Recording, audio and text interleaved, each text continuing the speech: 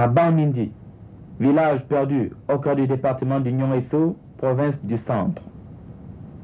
Ce village a vu naître en 1911 un fils de païen, devenu prêtre en 1941 et aujourd'hui retraité.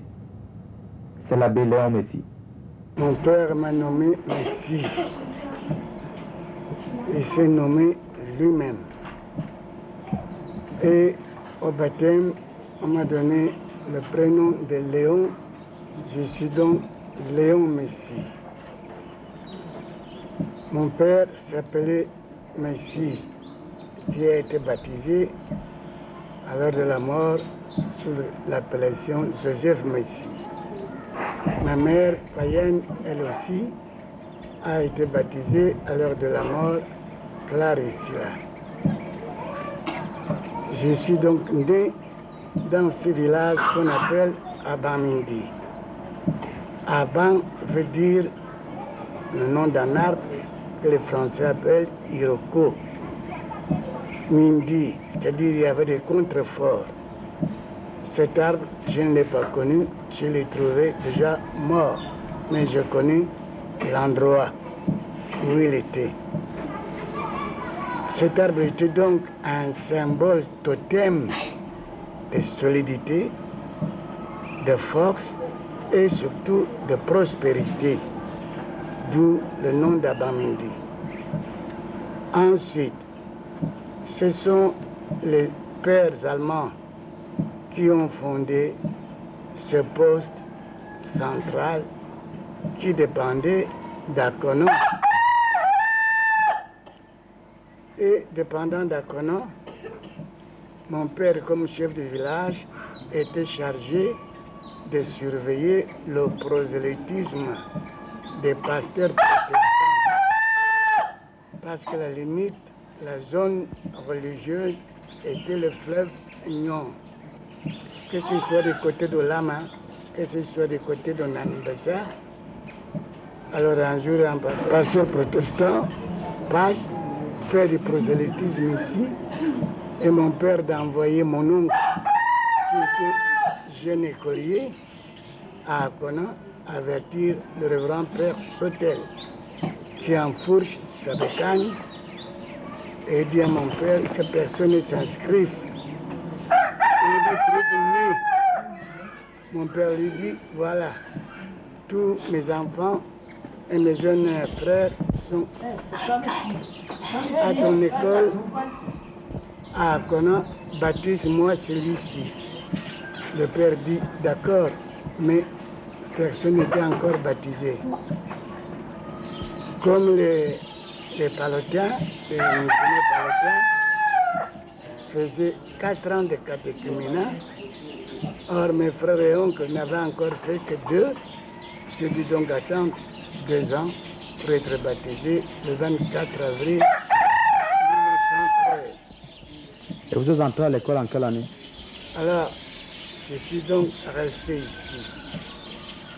On a ouvert la maternelle. Là, je vous ai montré où était l'arbre à Bamindi. Ça fait des affaires.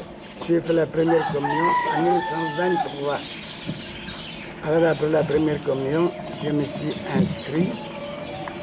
Ici où nous nous trouvons, c'est une invention des missionnaires français qui ne voulaient pas laisser les jeunes gens grandir dans des villages païens pour ne pas subir des rites et comme ils appelaient ça maintenant, tout ce qui est diabolique.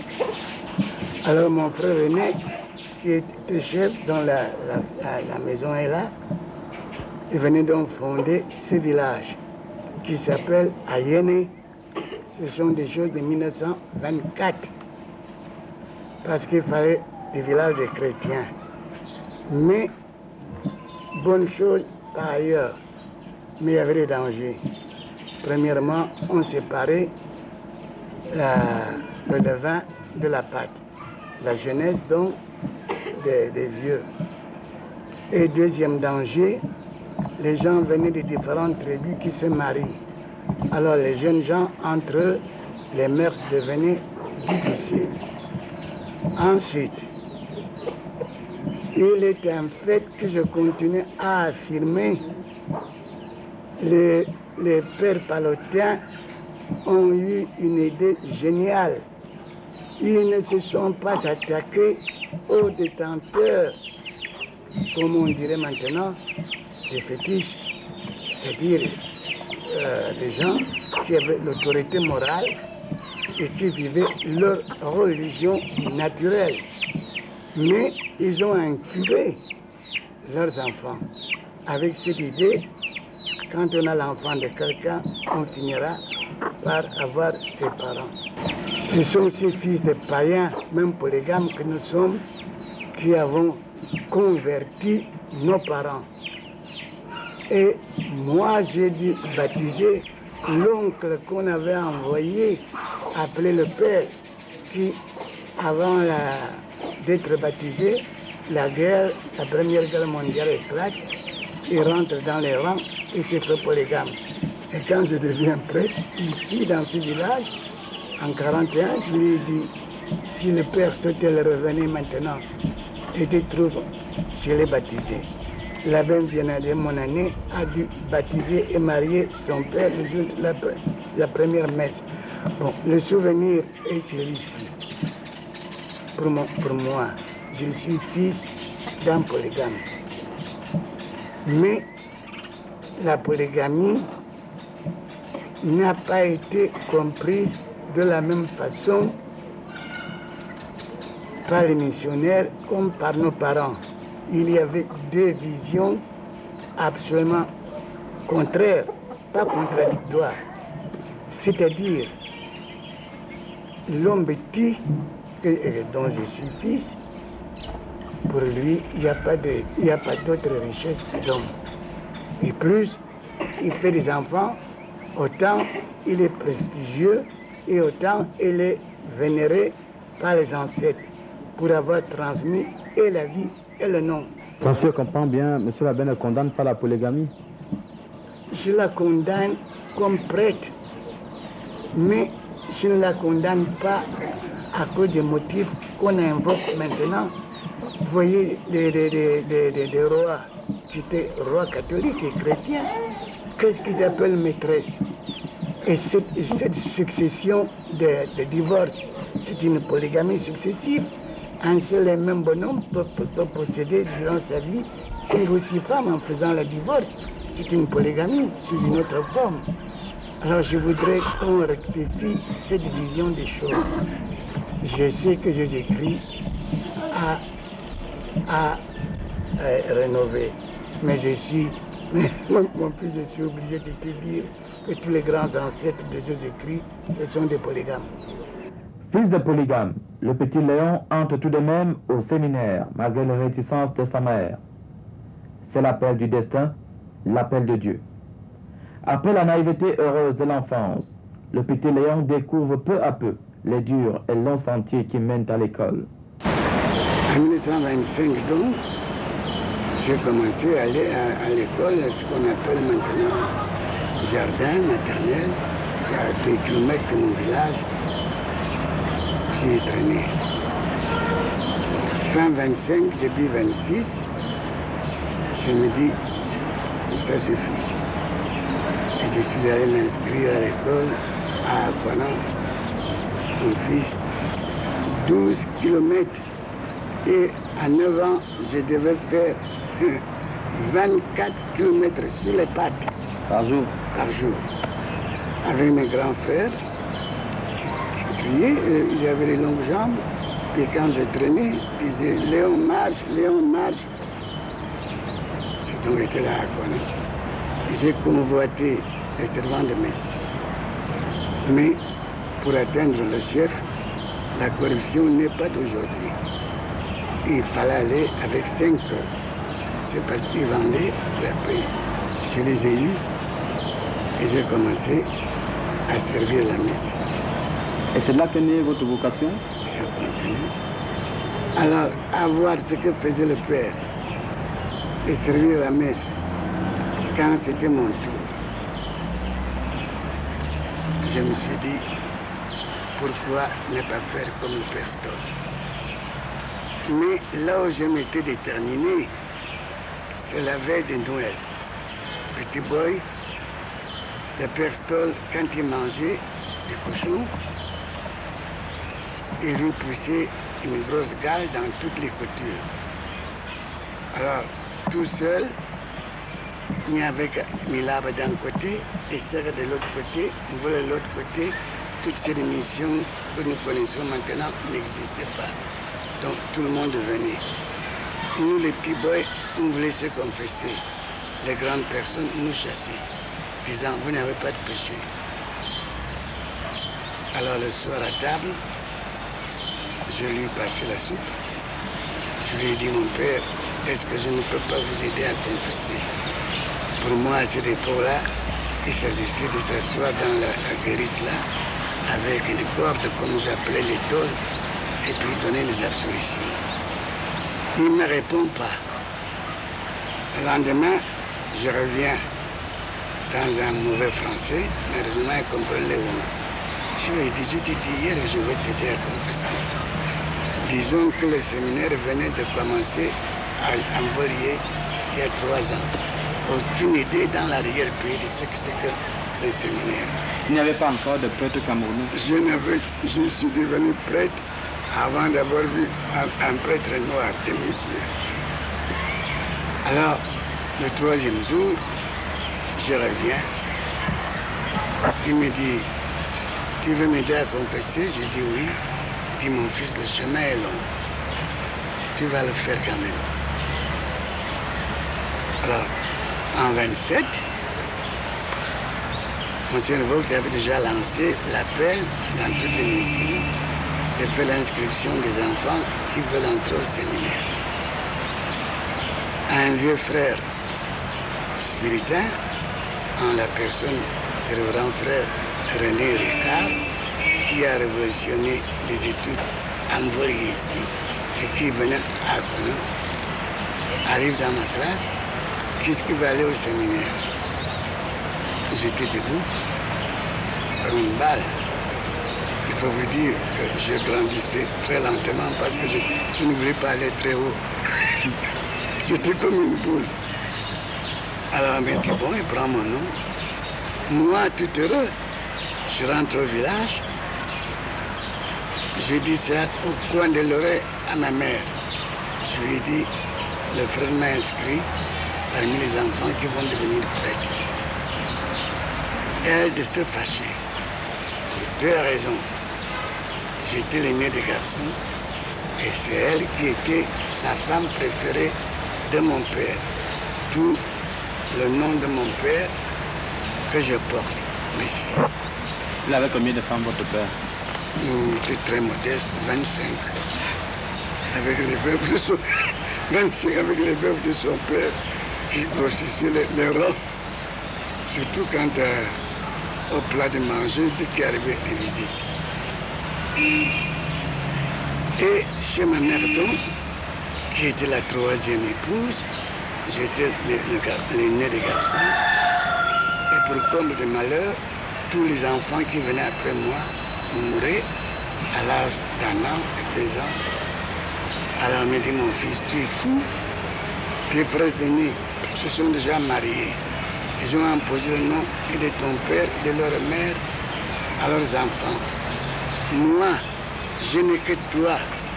Et tu parles d'aller au séminaire. As-tu jamais vu un nègre prêtre?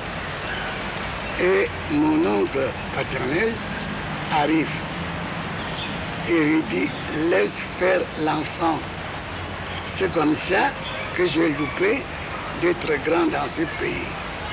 Le jour où Dominique a envoyé Charlatanin à l'école à Kribi, Dominique avait inscrit le nom de cet oncle. Et son père avait dit, autrement, mon fils va mourir là-bas. Et quand il voyait Atana, et il voyait son rang, il a dit à ma mère, laisse faire. Et puis ma tante vient lui dit, c'est le bon Dieu qui rend les choses. Mais devant les témoins, il a accepté de bouche, mais pas de cœur. Finalement, il conçoit Il me montre une fille.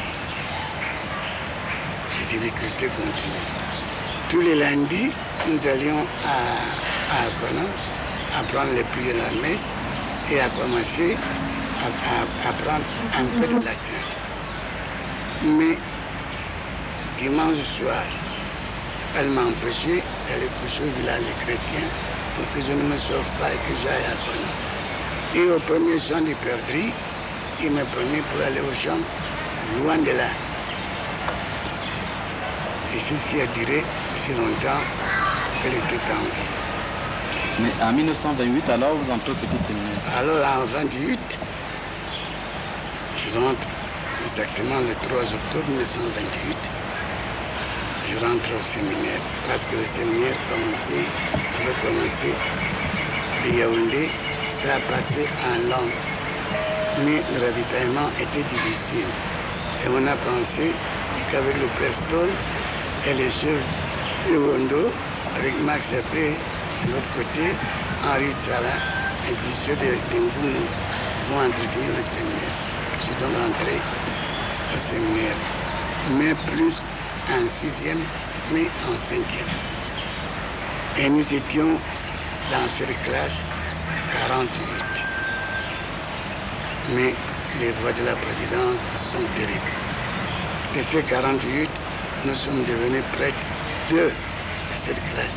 Il y avait Pierre Ndiané qui est mort là, et moi.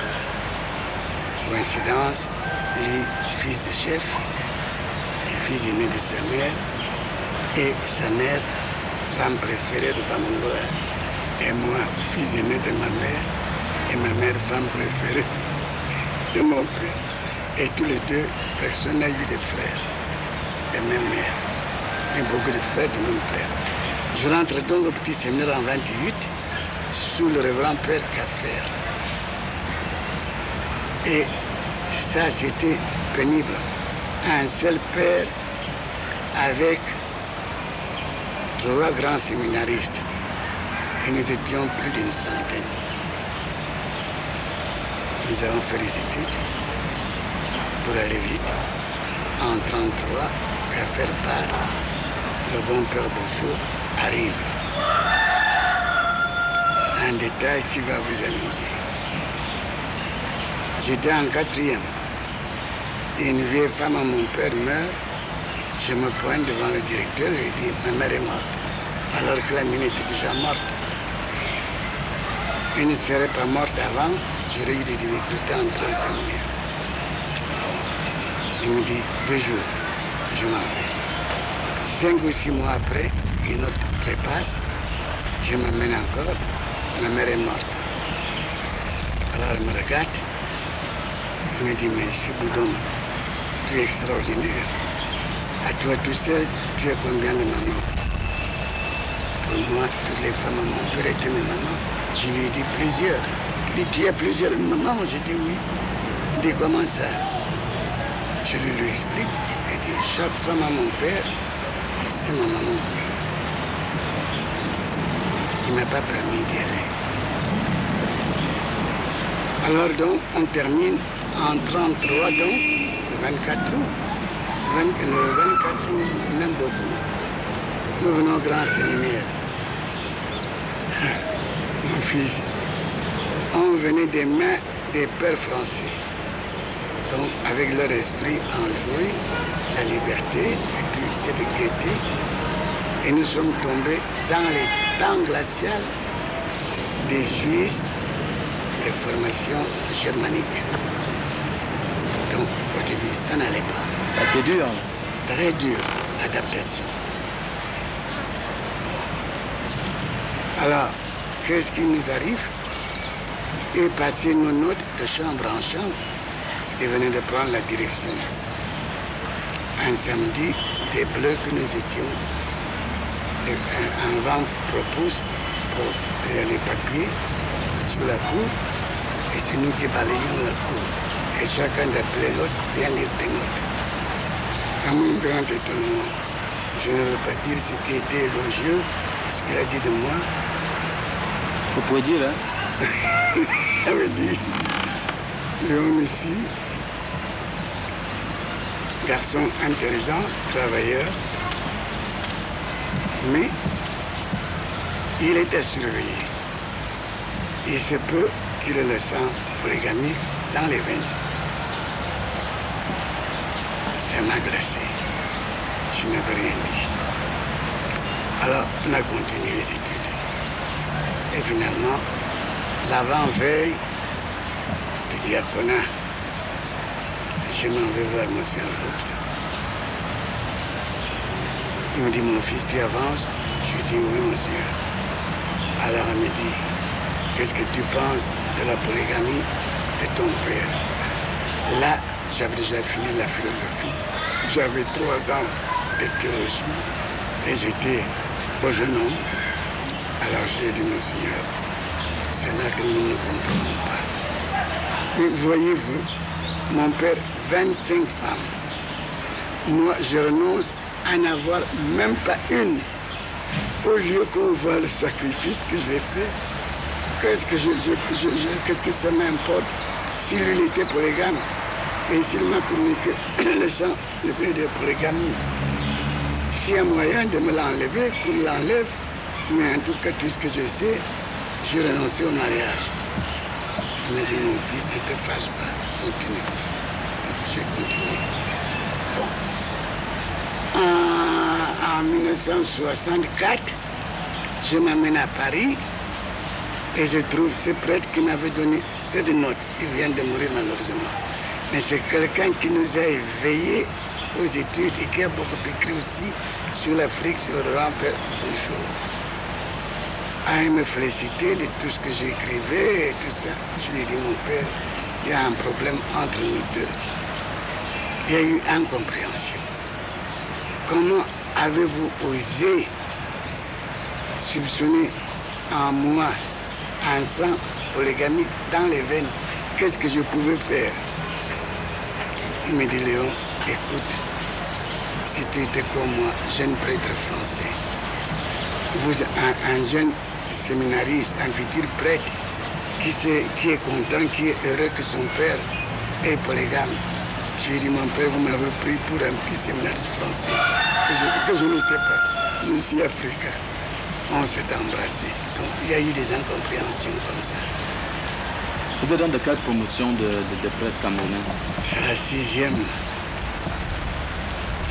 Donc, tu sais, la première 35, 36, 37, 38, 39, 40, et il y a eu une année de vide. C'est pourquoi nous sommes à la 6e promotion. Pendant que le petit Léon attend la réalisation de son rêve d'enfant, celui de devenir prêtre, il écrit une page importante de l'histoire politique du Cameroun. C'est la rencontre avec un futur grand homme, le général de Gaulle. Je suis en salle de classe, ensuite que la femme m'appelle. Elle me dit, voilà l'aventurier de Gaulle qui s'appelle, lui il était pétainiste, Grafin. Il va venir visiter la mission. Fais-lui un petit mot. Je lui dis, monsieur, de Gaulle, je ne connais pas. Qu'est-ce qu'il vient faire? Il me dit, fais-lui quelque chose. Alors je rentre en salle d'études. Je crée quelque chose, j'appelle mes amis qui m'ont aidé à lire ça. Je lui porte ça. Il lit, il me dit, tu vas m'apprendre ça par cœur, ne donne pas de papier, on ne sait jamais comment le vent de l'histoire. Et subitement, l'ancienne église qu'on vient détruire, tous les motards du Yaoundé, tous les chefs du groupe, tout le monde est là, avec les séminaristes, les sœurs,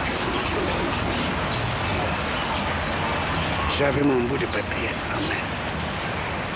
J'ai commencé à parler. Quelle est la substance du discours, du message? J'ai trouvé même le discours, je crois. Oui, quelques mots. Quelques mots. J'avais salué en De Gaulle l'espoir de la France et des colonies, parce que nous craignons que les Allemands reviennent. Penses-tu donc, j'étais à la fin des études, recommencer à apprendre l'allemand.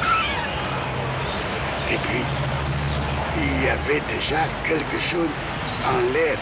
Hitler ayant pris le pouvoir en 1933, tous ceux qui étaient germanophiles, qui avaient fait des études en langue germanique et qui n'étaient rien sur les Français, pour n'avoir pas appris le français et demander que les Allemands reviennent.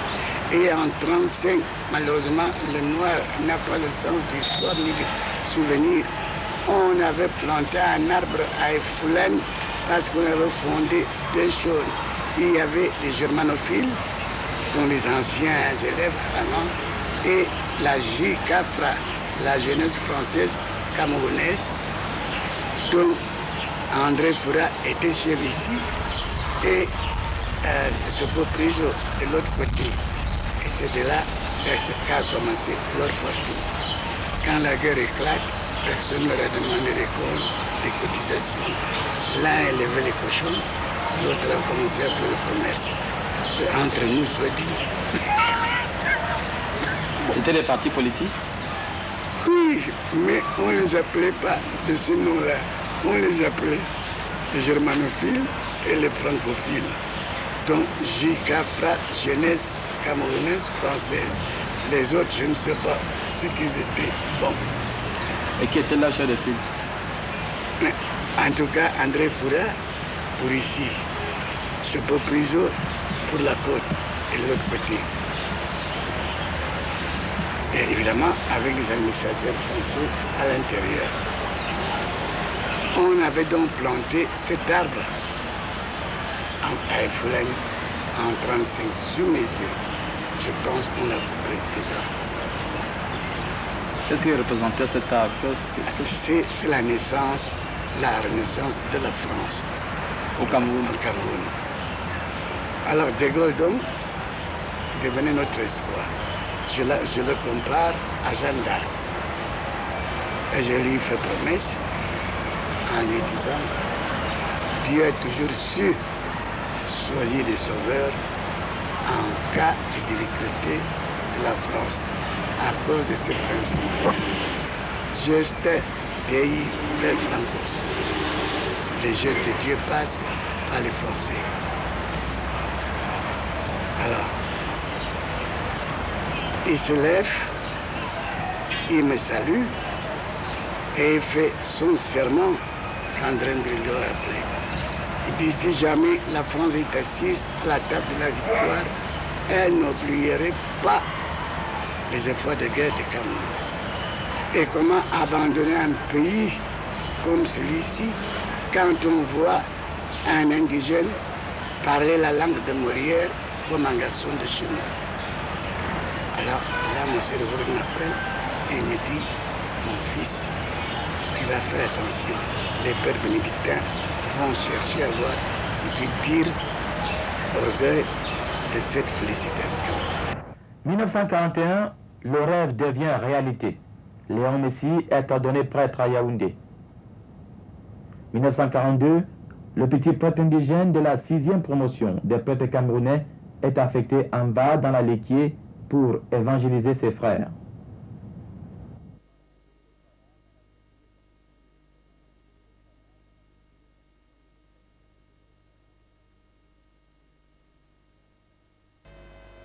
J'arrive donc en mois de juillet en 1942. Bien reçu et par les curés et par la population. Mais j'étais curieux et puis dans l'inexpérience de ce que c'est que la vie de la foule dans la chrétienté, l'inexpérience de la mentalité étonne et puis l'inexpérience de devoir vivre à deux avec un blanc, un scrutin. Tout cela a été comme un choc que mon jeune âge sacerdotal subissait. Et j'ai commencé à me mettre à l'école. Le père que j'ai trouvé m'a rendu un service immense. Ce sont des attitudes qu'on comprend mieux à un certain âge, comme le mien. Il était blanc, il était puritain, il était civilisé et il était français de nationalité. Il me fallait donc faire attention à observer ces limites que cette situation m'imposait. J'ai fait de mon mieux et moi, de mon côté, j'ai voulu lever le défi que sans être citoyen français, sans être blanc, sans être religieux dans la congrégation, je suis prête et j'écris et je suis parmi les miens. Ce père qui était dévoué et qui en même temps s'occupait des constructions s'arrange donc à n'avoir que des villages environnants et que tout ce qui était excentrique, à savoir la limite avec les Fop, la limite avec les Turi, la limite avec le Long, la limite avec Bourmakar sur le bassin, c'était mon fief. Et j'aimais sortir d'ici pour 2-3 semaines parce qu'ici, je n'avais qu'à confesser, à extrémiser et à enterrer les morts. Lui, il rayonnait à l'intérieur et il pouvait le faire, il le faisait bien. Bien que de mon côté, j'aurais eu envie à cet âge-là de m'occuper par exemple de l'école. Et quels étaient vos rapports? Alors, les rapports ont été ceci. Un respect mutuel l'un de l'autre selon nos cultures. Moi, peu m'importer qu'il soit blanc, spiritain, etc. Il m'a laissé la liberté d'exercer mon ministère auprès de mon peuple, à tel point que quelqu'un venait lui dire l'abbé Messie a réglé ce cas comme ceci, comme cela. Il m'attendait. Et moi, de mon côté, comme vicaire, quand je revenais de tourner, je lui rendais absolument compte de tout. L'argent ne me disait rien encore. Et maintenant? C'est-à-dire, c'est devenu un facteur de pastoral nécessaire. À cette époque, je suis content, ma terme, que tu me provoques là-dessus. J'avais à manger. J'avais mes 3 soutanes, mes 3 culottes, mes 3 chemises, mes 3 ceintures, mes 3 casques. J'avais la table ouverte. L'argent ne me disait encore rien. Plus aujourd'hui. Et quel souvenir gardez-vous de Mba? À propos du père que j'ai trouvé, le respect qu'il m'a témoigné comme prêtre, ça m'a frappé. D'autre côté, il m'a appris de l'ordre, que ce soit dans les livres, que ce soit dans le maintien des bâtiments, que ce soit même dans le maintien esthétique, quoi. Il faut dire des choses, parce que ceux d'Alsace sont encore plus stricts, plus méthodiques et dans les dictats que les Allemands eux-mêmes. Alors j'ai appris tout ça de lui. Au point de vue souvenir de la population, je remercie le peuple Eton d'Emba. Ils m'ont appris une chose. Quand ils disent non, le non c'est le non, le oui c'est le oui. Et une anecdote rapide, quand M. Graffin a voulu faire venir le séminaire ici, on l'avait construit, il y avait des trous qu'il fallait rembler. Alors il demande au curé, Taylor, de dire aux chrétiens de venir rembler ça parce qu'il fallait vite faire pour faire venir le séminaire ici. Le père dit non, les gens de Mba, ils sont fatigués. Et ils complotent. Je n'étais pas là, ils ont dit oh, on va dire à l'abbé de parler à ces gens, hein. On va voir ce qu'ils vont faire. Et M. Grafin me lance ce défi à table. Est-ce que tu peux leur dire de venir rembler ça le plus vite possible? Je lui dis, monseigneur, s'ils disent oui, ils vont venir. S'ils disent non, ça ne vaut pas la peine. Alors je monte en chaise, je leur dis, voilà, les blancs, dis, ce ne sont pas des petits blancs qui vont venir rester ici. Ils ont déjà construit à la façon des blancs, ils restent à rembler. Bon, ils me charment, disent, ce sont mes petits frères, vos fils qui vont venir. Je vous demande, est-ce que vous allez venir faire le remblage dedans? Ils m'ont dit oui. Je leur ai dit, c'est oui. Je ne veux voir ni vieux ni vieilles. Les jeunes gens venaient piquer, pioche, etc. Si quelqu'un a une calebasse de 20 palmes, qu'il vienne avec. Je vous attends. Je dis, pas lundi, pas mardi, mercredi. Mercredi suivant, à terme, la cour était noire de jeunes gens. Moi, je me suis dit, ils ont fait ça, je suis monté au succès. Quand je te dis, le reste ne me disait rien.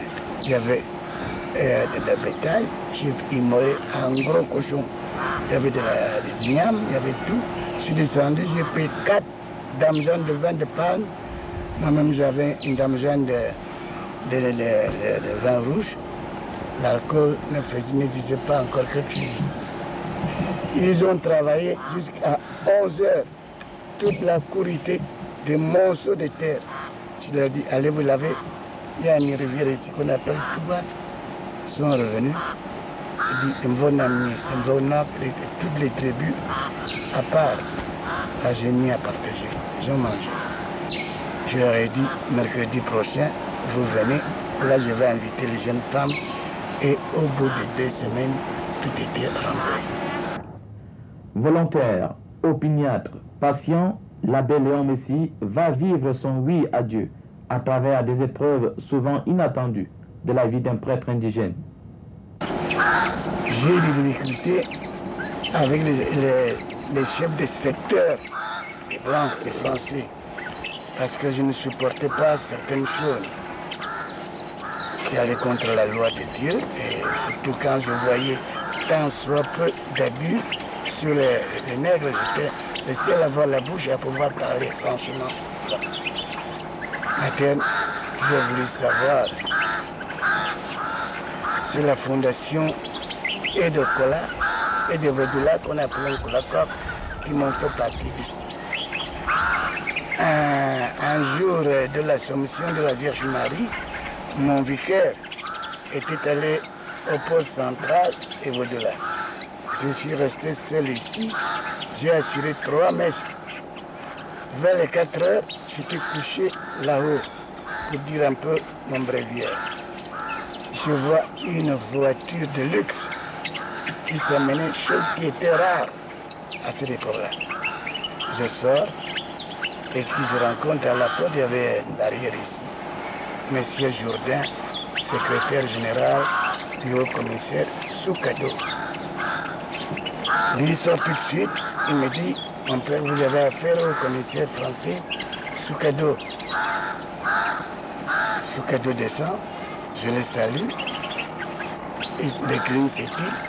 Soukado, commissaire français au Cameroun, je lui ai dit, Léon Messi, on ne parlait pas encore de curé, père supérieur. Et entre nous soit dit, je n'étais pas père. Il me dit, monsieur le supérieur. Alors elle me dit, mais mon père, quand on vient comme ça là, dans la brousse, puis subitement on tombe devant une cité comme ça, c'est merveilleux. Je lui ai dit, monsieur le commissaire, j'entretiens les bâtiments et mon vrai travail, c'est de faire la pastorale des âmes de mes frères. Il me dit, c'est déjà beaucoup. Alors, on va voir le séminaire. Et je l'entends dire à M. Jourdain, vous voyez comment font les missionnaires avec si peu de moyens qu'ils ont, chaque fois qu'ils font quelque chose, c'est fonctionnel et c'est propre. Tandis que chez nous, il y a des gaspillages. Nous revenons, j'avais tout à terre, des gâteaux, des fruits, tout. Il y avait des dames avec les enfants, on s'est gavé. Mais en détail, le père Grimaud avait embouteillé des vins de messe. nous prenions 2 bouteilles par an au fait d'obligation. Alors je rentre au magasin, je prends une de ces bouteilles que les cancres là avaient essayé de ronger le bouchon en liège, mais plein de toits d'araignée. Je viens avec ça et je tends à M. Jourdain. Jourdain dit au commissaire, je vous ai dit, si vous voulez trouver des bonnes choses, allez dans l'émission. Je ne savais pas que le blanc apprécie le vieux vin comme ça. Moi, ça ne me disait rien. Ils ont ouvert, ils ont fleuré et ils ont bu ça. Bon, nous sortons. Jourdain, le secrétaire général, me dit Soukado est protestant. Je lui dis, monsieur le haut-commissaire, on a vu la localité, il faut aller voir le chef de la localité. Il me dit, qui est-ce? Dit, Jésus-Christ est présent. Alors, Jourdain me fait un clin d'œil. On rentre, Soukado reste avec les mains sur le dos, ni génuflexion, ni l'eau bénite. Nous, on fait tout, on prie. Et nous sortons ici. Il dit, mon père, ça fait combien d'années que vous êtes là? Je dis, 9 ans. Vous connaissez la région.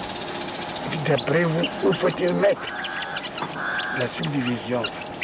Est-ce en Kolakor, qui s'appelle maintenant Evodoula, est-ce au Kola? Alors je lui dis, si le commissaire, si nous faisons comme Yaoundé au Bala, Yaoundé au Kola, la pénétration viendra après. Si on va à Evodoula, il ne faut plus obliger les étoiles qui sont à 10 km de Yaoundé d'aller là-bas parce que c'est excentrique.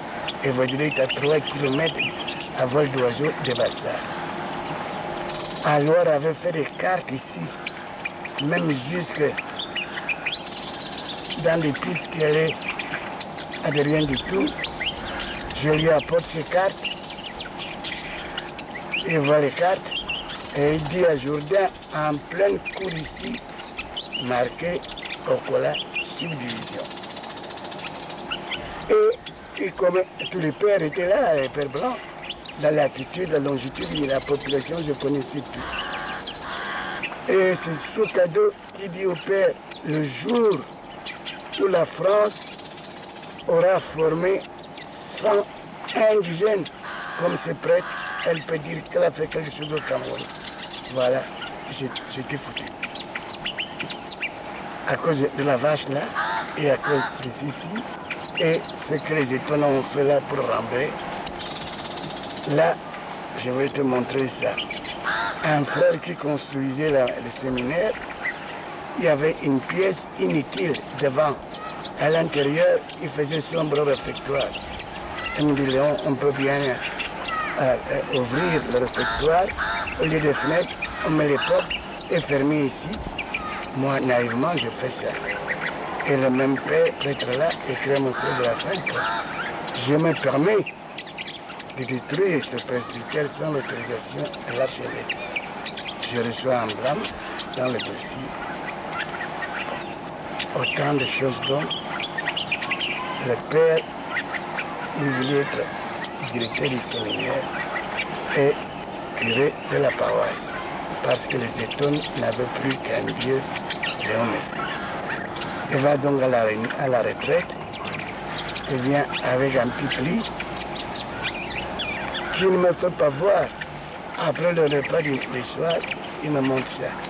Là, monsieur de la femme écrit, mon cher ami, le conseil qui vient d'avoir lieu a décidé de vous confier la fondation de M. Ambelot. Pendant trois ans, j'écrivais mes sermons en français pour pouvoir aller les traduire en chair selon le modèle homilétique en syllogisme. Chose, or, donc, amen. Alors, je ne comprenais pas, les gens étaient apathiques. Je m'en vais à enterrer un vieillard à Ebouxi et c'était l'intronisation de l'héritier. J'ai vu comment les hommes lois parlaient, à qui s'adressaient-ils et comment la foule les suivait. Je dis, ah, c'est comme ça le style de chez moi. Le dimanche qui suivait, j'ai commencé. Je lis l'évangile, je donne le thème, je l'explique en Ewondo, je cherche ce qui correspond à cette espèce de thème dans la vie vécue. Et là, nous commençons, nous commençons donc à discuter, à palabrer. Est-ce que vous m'entendez? Oui. Est-ce que c'est vrai? Oui. Est-ce que nous faisons ça ici? Oui. Est-ce que les chrétiens, si? Non? Oui. Toute l'église était debout. Je coupe. Et quand mon curé montait en chair, il parlait très bien les Wando, mais il n'était pas vêtu. Et quand il montait en chair, les gens rechignaient. J'ai donc fait ça. Un an. Puis finalement, pris en conscience, le père écrit à M. Grafan, il est bon que vous veniez vous-même entendre la démission transformer la chair de vérité à ton écoute en palabres africaines. Je reste là un samedi soir, M. Grafin arrive, sans avertissement. On prie le matin, il fait semblant d'aller dire la messe chez les sœurs. Dès qu'il m'avait vu entrer à l'hôtel, il revient à la sacristie. Moi, je ne savais rien. On dirait que ce jour-là, c'était un incendie avec les gens. Quand j'étais descendu de la chaire, il est monté. On a mangé, il m'a rien dit. Et ici à la cour, il dit au père, il ne faut pas l'empêcher, c'est comme ça qu'on fait les discours chez eux ici. Et lui-même a pris le modèle. J'ai donc vu cette histoire. Mais, deuxième détail, c'est pourquoi je suis embêté quand j'entends un prêtre indigène et qui prêche en style syllogistique. Canne, c'est fait en bois pour qu'on marche avec, pour ne pas tomber au nom du Père et du Fils et du Saint-Esprit. Amen. Je ne peux pas. Alors, M. Grafin vient donc samedi pour m'emporter dimanche. J'avais déjà tout préparé. Et les gens avaient déjà appris ça. Ceux qui étaient venus à la première messe, ils sont camouflés partout ici. Après la deuxième messe, ils vont trouver Grafin, lui dire on enlève un prêtre quelque part.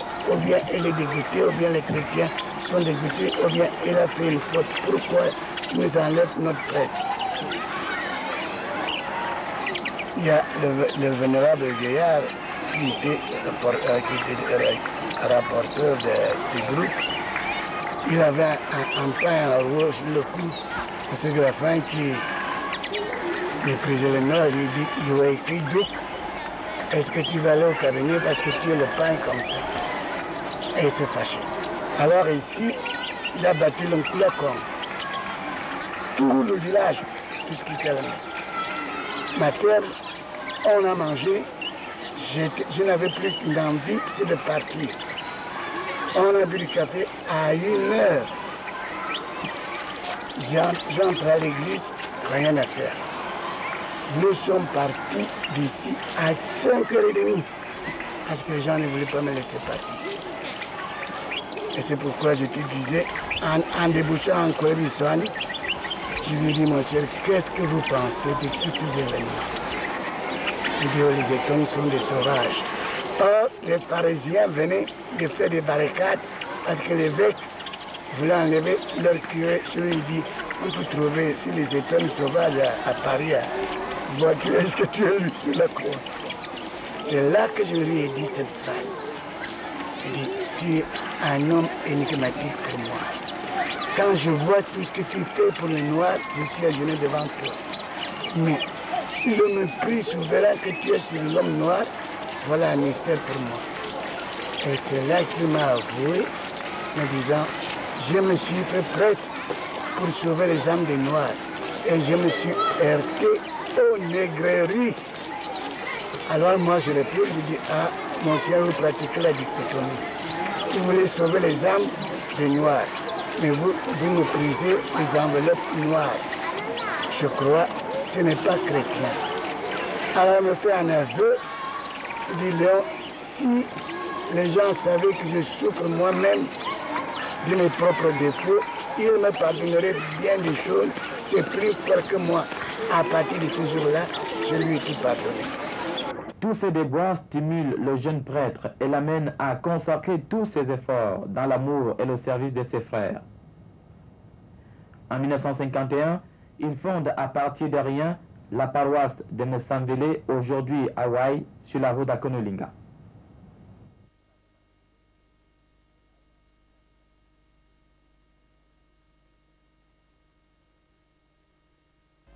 Je suis arrivé ici donc le 13 mai 1951 et j'ai trouvé l'abbé Maxime ici parce que M.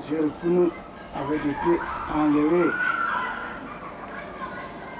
Arrivant ici, nous étions dans des cases indigènes, de l'autre côté de la route. Il fallait donc choisir l'emplacement de la future paroisse.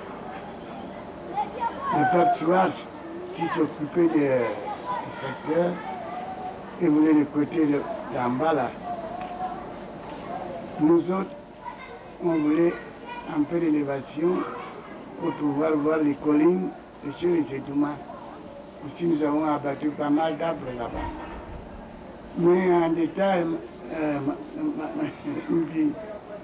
Graffin avait quelque chose et que nous avons tout de suite reconnu. Il fallait, quand on voulait placer la mission ou quelque chose quelque part, il fallait lui montrer le contraire. Ah, il était venu, je lui ai dit, oh, il s'en va plus loin là-bas vers la rivière qui s'appelle Meki, j'aurais du sable, du gravier, etc. Mais je voulais ici. Il avait repris sa soutane, on revient, et comme il n'est pas jusqu'à la route, il me dit pourquoi pas ici. Je dis ah non monsieur, je ne veux pas parce qu'il faut quand même que quelqu'un ait la bonne volonté de venir à la parole devant tous les passants. Il m'a obligé, il m'a fait obtenir ce que je voulais. On a fait la paroisse ici. Donc vous avez menti? Je n'ai pas menti. On connaissait, on appelle ça restriction mentale. En théologie, c'est-à-dire une ruse à partir du moment que le principe d'autorité est fixe à l'Église, si on peut contourner pour rester dans la ligne de l'obéissance, il n'y a pas de mensonge. Et je suis resté puisque c'est lui qui a fini par me permettre de construire ici. Alors, je remercie d'abord la Providence. Deuxièmement, les gens ont accueilli cette paroisse avec enthousiasme. Évidemment, il y avait deux handicaps. Les Indouas qui appartiennent à Hawaï étaient gouvernés et par Zemundouga et par Banaba Mbala. Et il leur semblait que tout ce qu'on faisait sur les Indouans, ils devenaient comme des serviteurs. J'ai eu un peu de difficulté là-dessus. Ils préféraient aller une fois par mois en Colabolo que de venir ici tous les dimanches, parce qu'à 5 ou 6 km à vol d'oiseau d'ici, en Colabolo plus de 13. Et puis surtout, il y avait tout ici. L'école, l'administration, et tout était ici à Hawaï. Enfin, finalement, ils m'ont aidé. Et nous avons commencé cette maison, ce presbytère. Mais l'évêque n'était pas tout à fait pour la paroisse ici, parce qu'il ne s'entendait pas. Il ne s'entendait pas avec Zemundouga qu'il appelait Zemundouga. Et Banaba Mbala, qui n'était pas un saint canonisé, il appelait Barabas. Alors j'ai eu des difficultés. les deux familles, Nzolo, Ngona, Ata et Avamanga, Banabembala d'un côté, Zemundou de l'autre côté, et le terrain étant sur la terre de Banabembala, les Avamanga hésitaient. Mais je dois être honnête, ils m'ont aidé. Et nous avons commencé. Mais, et M. Graffin et les missionnaires ne croyaient pas qu'un prêtre indigène peut réaliser une construction à leur façon. Donc j'ai subi pas mal de critiques. Mais il y avait un architecte suisse qui avait fait tout le plan des maisons de la paroisse. J'ai donc réussi avec la béquille de Maxime ici à faire ce presbytère. On avait pris 3 jours. Mon soeur me demandait d'envoyer chercher le Père Neuf à ma bassin et je ne voulais pas. Le Père Tuas en Colabo, il ne connaissait rien dans les constructions. Un matin, nous nous sommes dit, un mis le plan, l'autre mesure et l'autre me répliquait. On avait commencé à 7h, à 1h, fini, j'allais manger. Le lendemain, nous avons renversé l'ordre. On a fait ça 3 jours, et puis après, on a mis les cornes des ouvriers rosés. Nous voulions prouver, lever le défi, que nous pouvons faire quelque chose, et eux nous enfoncer dans cette idée que nous sommes radicalement incapables de mettre une brique l'une sur l'autre, de tenir un registre de comptes. Alors, mon idée était donc de relever ces défis. Est-ce que vous avez une petite anecdote au sujet de cette histoire? Oui, sur l'anecdote, c'est-à-dire, je voulais même faire ça en étage. Monsieur Grand n'aimait pas les maisons à étage. Pourquoi? Il avait ses raisons. Alors nous étions 3 à commencer à la fois. Le père Batman en Komtu, le père Mayor à Nkwaba. Nous avons commencé la même année. Alors, en Komtu, mon Grafin va en congé. Batman ayant les moyens, il m'a trouvé. J'étais déjà à la fin du 2e étage. En Kwaba, le père Mayor était donc un film. Il recevait la pension de son infirmité et puis l'argent de carême qu'on leur donnait. Au moment où moi j'étais encore dans les trous, je ne comptais que sur mes gens et j'étais au niveau des fenêtres et les gens disaient ici que je leur bouffais de l'argent. Je dis non. En Kwaba, le père Mayor était donc un film. Il recevait la pension de son infirmité et puis l'argent de carême qu'on leur donnait. Au moment où moi j'étais encore dans les trous, je ne comptais que sur mes gens et j'étais au niveau des fenêtres et les gens disaient ici que je leur bouffais de l'argent. Je dis non, je ne compte que sur ce que vous me donnez.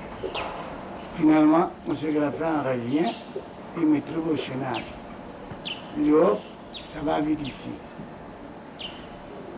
Alors, il se met au bout là, il ferme l'œil, il regarde, je sors, je lui dis, Monseigneur, si vous trouvez 1 millimètre d'écart sur le mur, dites-le moi.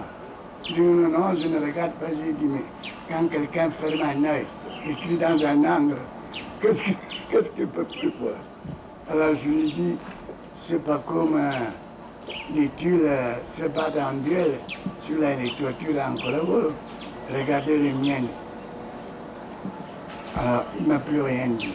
Monsieur l'abbé, j'ai l'impression que vos rapports avec Monseigneur Graffin étaient des rapports conflictuels.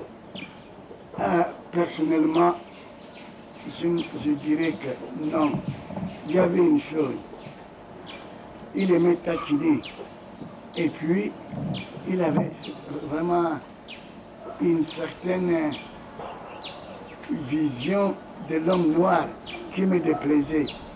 Et au lieu de nous quereller, je voulais lui prouver le contraire par des actes. Et parfois même, il aimait aussi quand même la discussion. Il fallait tenir tête. Alors, ce que j'ai fait, en fin de compte, mes confrères ont cru que j'étais son fils préféré, alors qu'à l'intérieur, on se disait des vérités. Alors, quel souvenir gardez-vous de lui?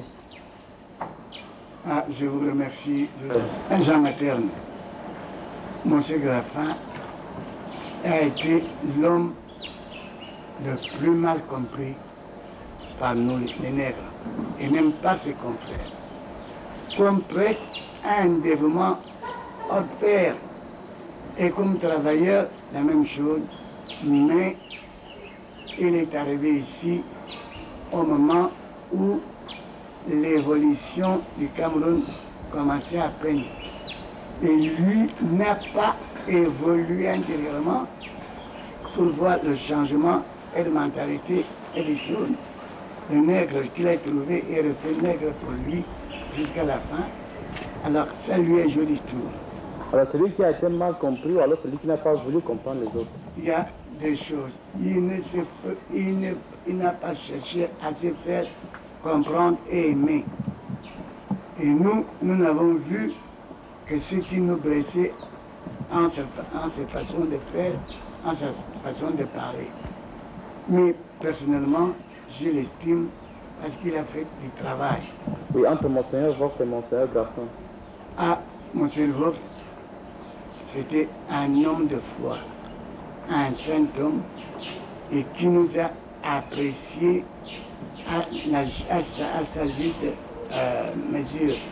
Tenez, il avait écrit dans une circulaire au Père, ne supposez pas que ces jeunes gens qui sortent du séminaire pour des années d'épreuve savent tout. C'est à vous de leur apprendre. Mais tâchez de les former en les aimant pour que nous n'ayons pas un clergé antipathique contre la congrégation du Père du Saint-Esprit. Voilà une parole de sage. Tandis que Graffin, lui, disait maîtrisez-les. Quand vous voyez quelqu'un qui a la tête dure, il n'y a pas à choisir, c'est la porte. Ainsi, nous avons perdu pas mal de personnalités parce qu'ils avaient la tête dure. Est-ce que Monseigneur Graffin a joué un rôle politique dans ce pays? Ah, mon fils, vous savez, ils sont venus trois. Les missionnaires, barbe, soutane, Bible et croix. Le commerçant, balance, balai de top, sac de sel. Le commandant, fusil, chicotte, etc. D'où venaient-ils? On ne savait rien. Ils étaient donc solidaires de par leur propre culture. Deuxièmement, quand il s'agissait de s'entendre pour la domination, le gouvernement, disons, des Noirs, ils étaient un. Mais Graffin a lutté contre les administrateurs qui blessaient ou la morale chrétienne ou les lois de l'Église. Pour ça, mais comme blanc, il était blanc avec les autres blancs. Vous avez un exemple concret? Mais mon fils, vous allez me faire parler comme si j'étais sous. Je vous donne un seul exemple. C'est lors du sacre épiscopal de Monsieur Monde. Il y avait un fameux commissaire qu'on appelait Roland Pré à partir. On était à Douala et l'UPC s'est vissé. Alors, après le sacre, on avait enfermé M. Ritora et M. Mongo pour qu'ils signent que le Cameroun appartient et appartiendra toujours à la France. Et les évêques européens étaient dedans. Alors Etoga, prudent et homme de foi, leur dit, nous faisons la politique de l'Église. C'est-à-dire, où il y a division, nous mettons l'union. Où il y a haine, nous mettons l'amour. Où il y a injustice, nous mettons la justice. Là où il y a le mensonge, la démagogie, nous mettons la vérité. Alors, nous ne pouvons pas signer un pareil papier. Je vous dis, à partir de ce jour-là, Etoga est devenu l'évêque ennemi de la France. Et avant le sacre de Mungo, un évêque blanc avait dit ceci, avec tout ce qui est de blanc, à Douala, comment peuvent-ils Rome pas folle pour penser de mettre un évêque noir. Et Rome n'a pas été folle puisque mon gars a été nommé. Au point de vue politique, donc, je vous dirais, tous ceux qui étaient nouveaux comme administrateurs, comme gouverneurs, c'était la référence absolument sûre, parce que connaissant les nègres à fond, je pense que vous m'avez compris. Nombreuses sont les étapes de la vie sacerdotale de l'abbé Léon Messie, et multiples aussi les repères. 1962, curé à Tala dans la Laitier. 1963, curé en Kolonkoumou près de Yaoundé et stage en Belgique. 1964, curé à la cathédrale de Yaoundé. 1965, aumônier des Carmélites à Étoudi. 1971, père spirituel au séminaire Sainte-Thérèse d'Envolier. 1973, directeur du dit séminaire. 1979, Léon Messie, à 68 ans, se retire en Balmayo pour une retraite méritée. 1980, les pères palotins le ramènent à Yaoundé, à la paroisse Saint-Vincent-Paloti d'un Coléton.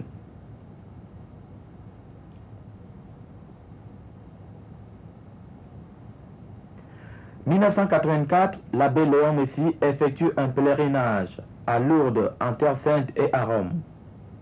C'est la rencontre avec le pape Jean-Paul II. Né en 1911 et ordonné prêtre en 1941, l'abbé Léon Messie a tout vu et tout connu, les joies comme les peines. Aujourd'hui riche d'expérience, le vieux prêtre écrit et conseille. Il faut connaître la mentalité, la culture du peuple où l'on se trouve. Il faut plutôt persuader et ne pas imposer. Deuxièmement, quand il y a des difficultés, il faut tenir le palabre africain qu'on appelle essier. Qu'on discute en famille. L'Église, c'est la famille des fils et des filles de Dieu. Or, nous avons plus ou moins hérité du cléricalisme qui nous est venu d'outre-mer, c'est-à-dire le prêtre et tout. Le docteur, il est savant, il est saint, et il sait tout. Il devient une boîte de référence. Il faut plutôt rendre la responsabilité de la vie chrétienne aux chrétiens et leur faire appliquer l'évangile à quoi nous devons tous obéir. Or, il y a un défaut. Le christianisme est vie. Et nous avons mis les commandements en premier lieu avant la foi. Et ceci est partout. Ce que vous appelez la démagogie, etc. Il est plus facile ou supérieur de trancher un différend en parlant qu'il a outrepassé, qu'il a offensé la loi. Or, la loi, le Christ a réduit, et les prophètes, et la loi, et les 10 commandements en un seul, qui s'appelle l'amour. On ne peut donc rien faire avec les gens qu'on n'aime pas. Il faut donc aimer ces chrétiens. Et il faut les persuader, les prendre, quels qu'ils sont, Parce que l'éducation ne consiste pas à faire de l'homme qu'on éduque ce qu'on voudrait qu'il soit, mais on le prend tel qu'il est et on l'y conduit. Or, au séminaire, comme dans nos paroisses, l'idéal, c'est soyez parfait comme votre Père Céleste est parfait. Où va-t-on trouver cet homme? Fils de païen devenu prêtre, l'abbé Léon Messi a semé dans 1000 peines. Il a apporté sa modeste contribution à l'évangélisation du Cameroun. Et c'est à juste titre qu'il parle des acquis et des défis de l'Église catholique. Il n'y a pas eu de conversion, il y a eu l'incubation. Et c'est nous, maintenant, à convertir. C'est-à-dire, le chrétien d'aujourd'hui que vous êtes, vous tenez à 3 cultures. La culture traditionnelle, aucun rite vous n'avez subi. Mais vous vivez selon les principes de nos rites. Vous vivez selon l'autorité gérontocratique. Ceci n'est pas mauvais, mais il faut analyser pour pouvoir christianiser. Et nous avons hérité et des rites et de la culture occidentale. Or, actuellement, nous ne sommes pas encore capables de ne juger une réaction, une action, en fait, par rapport cause et effet. La pensée nous vient tout de suite, on m'a fait ça. On, ça peut être un autre homme, on, ça peut être comme on croit au mauvais esprit maintenant. Et troisièmement, là, c'est l'acte de foi qui sauve. Or, les gens ici sont généreux à croire de bouche, mais à vivre selon d'autres principes. C'est donc maintenant qu'il faut faire la vraie évangélisation, si vous voulez, en termes modernes, c'est l'inculturation. C'est le laïcat engagé, c'est-à-dire rendre quelqu'un responsable de sa vie spirituelle et de le rayonner autour de soi. C'est donc maintenant l'époque de la conversion de ces gens qui sont baptisés. On peut donc dire qu'il y a des masses catéchuménales.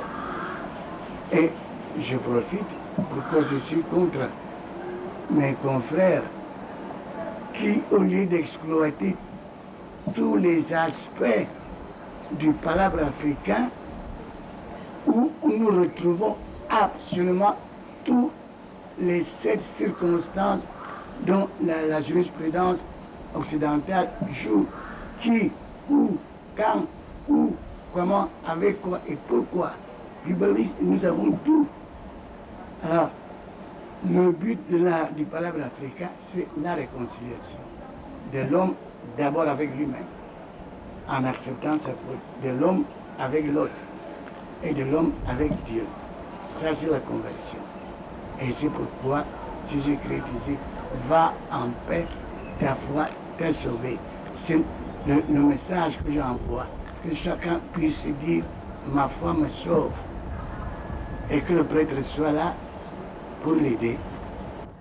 Dans sa retraite d'Ankoleton, le vieux prêtre indigène attire les foules. Son secret, c'est sa manière spéciale d'annoncer l'évangile. Il s'inspire de la méthode ancestrale, le palabre africain. Masimina, ni yene zakanga sindonu. Ni yene zakle yakuma yanga manbo asindonu. Olugun kerbinga amuaku bedzebo ebam. Ou que femme intermittente amuaku bedzebo ebam. Madjona. Bien yebzamba dejom ya karbia ni bituni inzan ndo emetuni mete maso komiso heyon susu sikik heyon bebela sikik heyon mbumba sikik heyon avuman abiari meluguna ayeman amboe heyon amvan bisikik. Monsieur l'abbé, qu'est-ce qui fait votre force? Ma force maintenant vient d'abord de Dieu. Ma force, je crois à l'homme et je crois à Dieu. Je crois que l'homme est capable, puisqu'il est créé à l'image de la ressemblance de Dieu. C'est pourquoi, par Black, je dis, si vous n'avez jamais aimé quelque chose, aimez l'homme. Si vous n'avez jamais eu peur de quelque chose, ayez peur de l'homme. Parce que c'est le seul être qui est créé à l'image de la ressemblance de Dieu. Les anges, non. Et Jésus-Christ s'est fait homme étant Dieu pour faire des hommes et fils de Dieu. Ceci, pour moi, c'est la force. Je vous dirais aussi, si j'avais à recommencer le séminaire, que tout petit, Dieu m'appelle, je courrai. Et j'aime bien vous dire que je n'ai pas eu rien que des joies dans le sacerdoce. Mais j'ai compris une chose, on ne peut sauver l'autre qu'en mourant pour lui. Ça, c'est ma force. Ce qui me reste, je conseille, j'écris beaucoup, et je donne des conférences, mais à base de ça, je prie beaucoup pour mon pays. L'abbé Léon Messi a marché, lutté et souffert sur la route de l'histoire de l'Église catholique du Cameroun, allant d'une étape à l'autre selon le dessein de Dieu. Et à travers toutes ces étapes, il a cru sans avoir vu et aidé les autres à croire sans voir. Puisse son exemple nous servir.